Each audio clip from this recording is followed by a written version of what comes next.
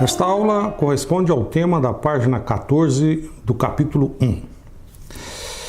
Na aula anterior, vimos como escrever uma fórmula da lógica proposicional na notação polonesa.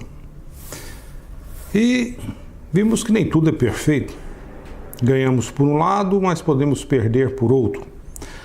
A escrita fica mais compacta, porém a compreensão fica pior.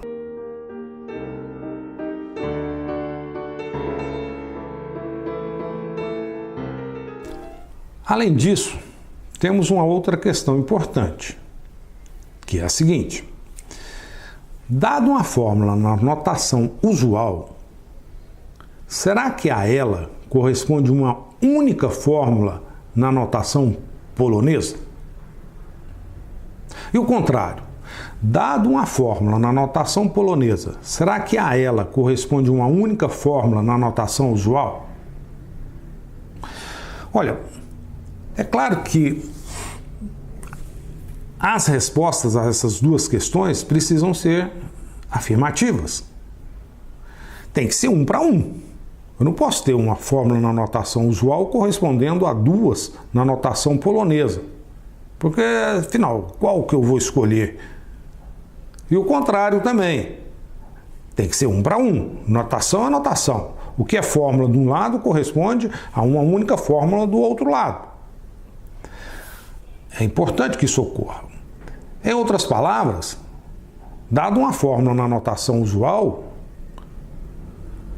é necessário que haja um procedimento efetivo que a transforme numa fórmula na notação polonesa e vice-versa. Dada uma fórmula na notação polonesa, preciso de ter um procedimento efetivo sem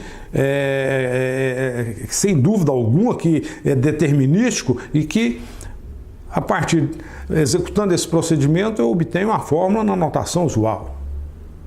Vamos ver como é que fazemos isso. Ou seja, dado uma fórmula numa notação, eu consigo transformá-la na outra notação.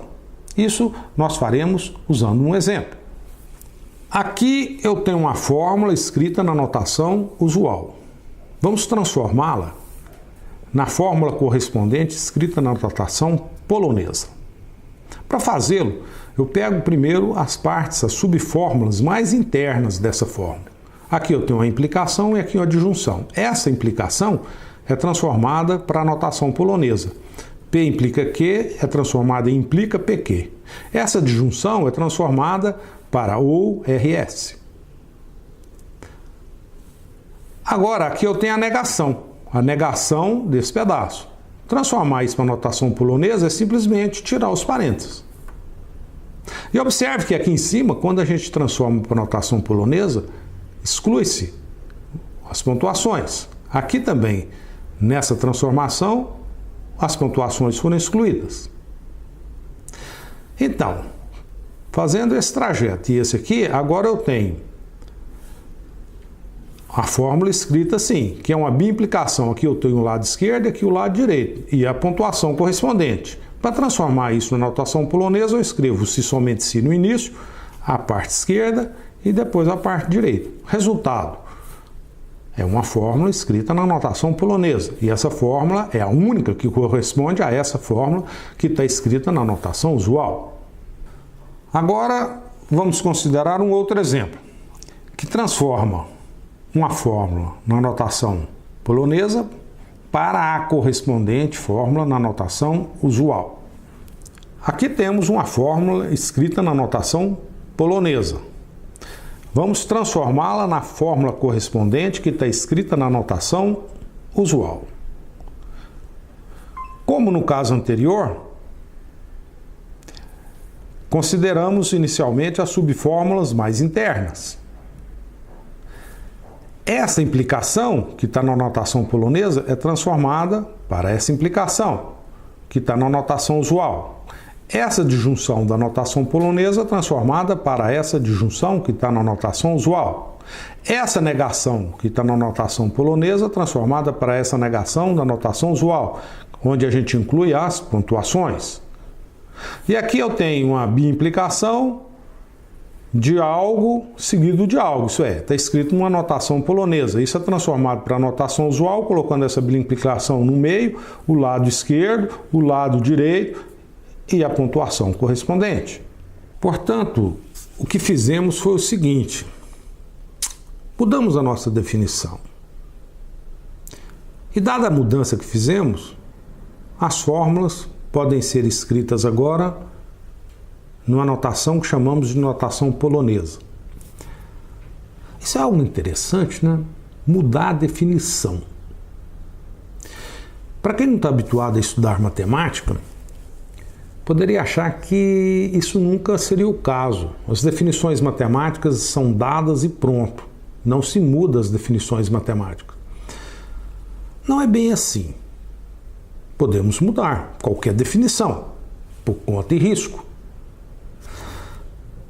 Dado que fazemos alguma mudança numa certa definição, teremos que ver as consequências. E haverá consequências, com certeza. Algumas boas e outras não. Isso é mais ou menos o que ocorre com a gente no dia a dia. Pensando nisso, dê uma olhada nessa figura. Nessa figura, temos um sujeito sentado num banquinho, virado para o primeiro dominó. Ele empurrou o primeiro dominó. E esse dominó caiu. E empurrou os dominós subsequentes. De tal forma que o último dominó da fila cairá sobre o sujeito que está sentado no banquinho, que é o Zé, o nosso amigo Zé. Observe que o Zé está de costas para o último dominó. Ele não percebe que o último dominó cairá sobre ele. Então, veja bem, isso é importante. Ele não sabe exatamente a consequência do seu primeiro ato, empurrar o primeiro dominó. No dia a dia, deparamos com situações como essa, dessa fila de dominós. Sempre agimos no mundo a partir dos nossos princípios. E dados os nossos princípios, os nossos axiomas, as nossas crenças, escolhemos quais ações praticaremos no mundo. Qual fila de dominós vamos empurrar o primeiro? E, dado que a gente escolhe algum dominó para empurrar, por livre-arbítrio, temos a liberdade de fazê-lo, nós escolhemos o que fazer na vida, não podemos esquecer que aquele ato, como na fila de dominós, terá uma consequência. O último dominó daquela fila cairá sobre a gente, como caiu sobre o Zé na figura. Então, em relação aos princípios, às nossas crenças, temos que ter muito cuidado. Porque são esses princípios, digamos, essas definições que temos conosco, com a gente, que definem as nossas atitudes no mundo. A escolha do dominó que empurraremos. Isso, por conseguinte, implicará que alguns dominós ou algum dominó cairá sobre a gente, que poderá ser uma boa coisa ou não.